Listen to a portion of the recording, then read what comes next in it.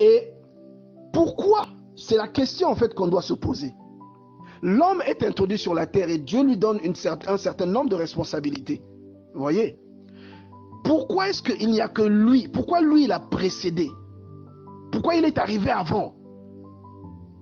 Ça doit nous enseigner quelque chose. Je parle là à des frères qui ont le projet de se marier ou à des frères qui se sont déjà mariés, parce qu'il n'est jamais trop tard pour améliorer certaines choses dans nos vies, bien aimés dans le Seigneur. Donc quand une femme et un homme vivent des problèmes, tu vois, Isaac, c'était un couple béni avec Rebecca, mais pourtant ils ont vécu la stérilité. Tu vois, Abraham et Sarah, ils étaient bénis, ils ont vécu la stérilité. Tu vois, Jacob et Rachel, ils ont été stériles. Et pourtant Léa, la sœur de Rachel, mettait au monde facilement.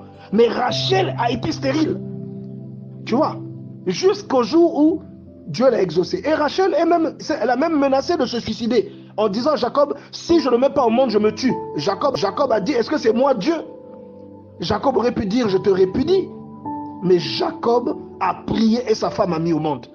Donc quand il y a un problème, déjà quand on est un couple dans la maison, il y a toujours des problèmes, que l'on soit béni ou pas. Maintenant, la différence, c'est que quand on connaît Dieu, on gère les problèmes d'une autre manière. Et on se serre les coudes lorsque une situation entre dans la maison. L'élection traîne parce que tu n'es pas prêt. La Bible déclare dans le livre de Genèse, chapitre 2, verset 5, que Dieu n'avait pas encore fait pleuvoir sur terre parce qu'il n'y avait pas d'homme. Alors tu vas te rendre compte qu'il a retenu la pluie parce qu'il n'y avait aucun homme pour cultiver le sol. C'est ce que la Bible dit.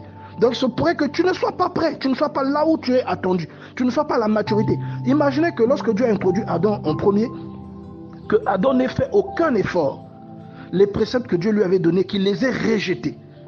Mais Dieu ne lui aurait peut-être pas introduit fort les préceptes que Dieu lui avait donnés, qu'il les ait rejetés. Mais Dieu ne lui aurait peut-être pas introduit la femme qu'il lui a introduite. Parce qu'en lui donnant cette femme, il savait qu'Adam était prêt, il avait le commandement, il avait toute la responsabilité. Il pouvait conduire cette femme vers son destin, même si après ils ont échoué. Mais c'était ça la volonté parfaite de Dieu. Alors toi qui cherches le mariage, un mariage qui tarde à venir, arrête d'accuser les sorciers. Le premier sorcier, c'est toi. Là, un homme béni, en qui Dieu a donné une promesse, mais qui marchait droit devant Dieu. On a dit qu'il allait être béni, mais sa femme était stérile. Pendant 20 ans, il n'a pas dit à sa femme, c'est toi la cause de mon malheur. Et quel aurait été le témoignage de Rebecca si Isaac avait accusé Rebecca, que c'est toi qui fais ça? Isaac aurait été indigne de la promesse de Dieu. Et Rebecca aurait eu de l'amertume, elle aurait dit que Dieu ne l'aime pas. Tu vois? Donc quand une femme et un homme vivent des